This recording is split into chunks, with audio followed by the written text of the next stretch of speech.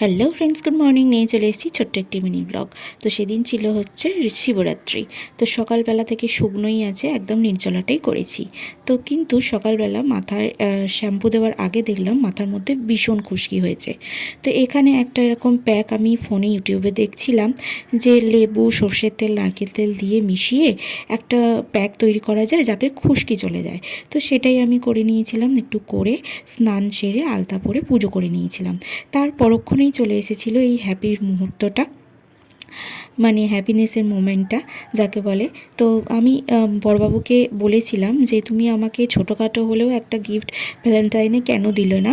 তো এটা আমি বলেছিলাম। তো আমি জানতাম না যে ও অলরেডি একটা কিছু অর্ডার দিয়ে রেখেছে। তো হঠাৎ করেই শিবরাত্রির দিনকে মানে রবিবার দিনকে একজন পার্সেল দিতে এসেছে। তো আমি তো মনে করছি আমি তো কিছু পার্সেলে অর্ডার দিইনি, তাহলে কার হবে। তো বড়বাবু বললো যে তুমি নিয়ে এসো, পার্সেলটা আমাদেরই। তো নিয়ে আসার পর আমাকে বলে কি খোলো। তো খুলেই দেখি যে এরকম একটা কিউট ছোট্ট প্যান্ডা আমার জন্য অর্ডার করেছে। তো আমি তো ভীষণ ভীষণ হ্যাপি হয়েছি এটা দেখে, কারণ এই সমস্ত জিনিস আমার ভীষণ ভালো লাগে।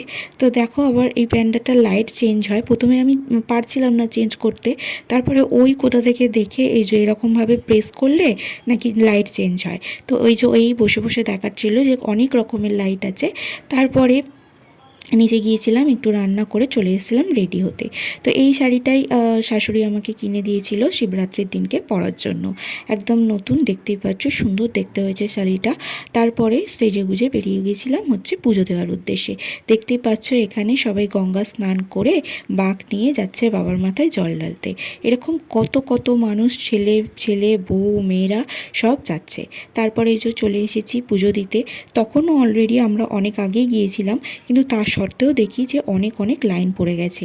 এই যে বড়বাবুকে লাইনে দাঁড় করিয়ে দিয়েছি, আর এখানে শাশুড়ি সমস্ত রকম মানে যে জোগাড় হয় সেই জোগাড়গুলোই বার করে একটা এতে মানে পেতলের থালাতে রাখছে। তো ওটাকে বলা হয় রিকাব, ওখানে রাখছে।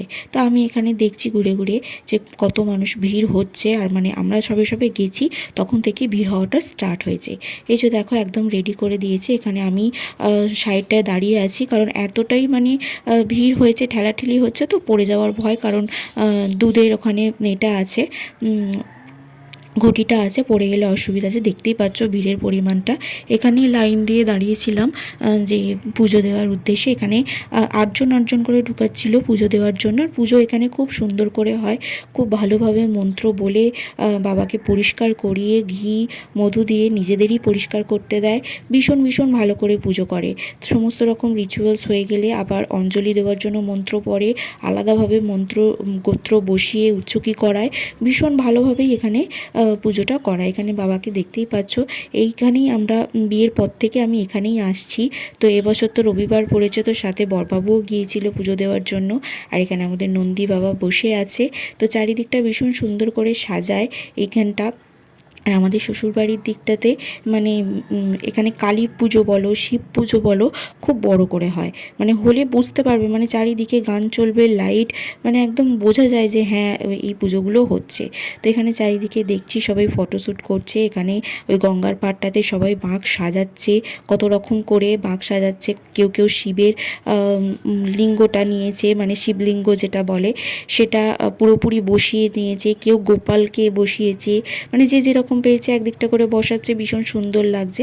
তারপরে ওইখান থেকে পুজো দিয়ে গঙ্গার ধারে একটা মন্দির আছে, সেখানেও চলে এসেছিলাম একটুখানি দর্শন করতে। সেখানেও স্নান করে পুজো দেওয়ার জন্য মন্দিরে। এখানে দেখলাম এখানে নাকি বরবাবুরা আগে আগে অঞ্জলি দিতে আসতো। তো এখানেও প্রচুর ভিড় হওয়ার পরে তো আমরা ওখানেই যাই। এই যে গঙ্গার ধারে দেখাই আছে দেখো ফ্রি বাঁক দেওয়ার, মানে বাঁক এখানে ফ্রিতে রাখা হয়, কেউ যেন না টাকা নেয়, এরকম একটা ব্যাপার মানে লিখেই দিয়েছে। দেখতেই পাচ্ছ কত বড় এরিয়াটা নিয়ে সব এখানে স্নান করছে, বাঁক রাখছে। তো এখানে আমি তো যথারীতি দাঁড়িয়ে পড়েছি পুজো দিয়ে, লোকটা সামলাতে পারিনি। সেটা হচ্ছে ফুচকা। ফুচকা দেখলেই আমার মনটা জানি না কেন আনচান আনচান চান করে ফুচকা খাওয়ার জন্য। আশা করি তোমরা যারা আছো ফুচকা লাভার তারা আমার ফিলিংসটা বুঝতে পারবে কি, তাই তো বুঝতে পারবে তো। তোমরা তাহলে কমেন্ট করে জানিও কার এরকম হয় ফুচকা দেখলেই মন আনচান করে খাওয়ার জন্য। তো এখানে দেখো, এখানেই যে দেখতে পাচ্ছ সবাই জল তুলছে এখানে বাঁকে করে। এর আগে অনেকটা আমরা রাত হয়ে গিয়েছিল, সেই কারণে এখানটা ফাঁকা হয়ে গেছে, নাহলে ভীষণ ভিড় হয়েছিল। এখানে সবাই স্নান করছে, বাঁকে করে জল নিচ্ছে।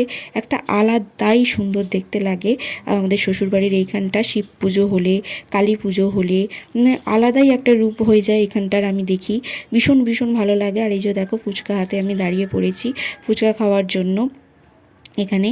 আর এই দাদাটা খুব সুন্দর ফুচকা বানায়, আমরা গেলেই এই দাদাটার থেকেই ফুচকা খাই, খুব ভালো লাগে এই দাদাটার থেকে ফুচকা খেতে। তো তোমরা কারা ফুচকা লাভার্স আছো তারা তো অবশ্যই কমেন্টে আমাকে জানাবে।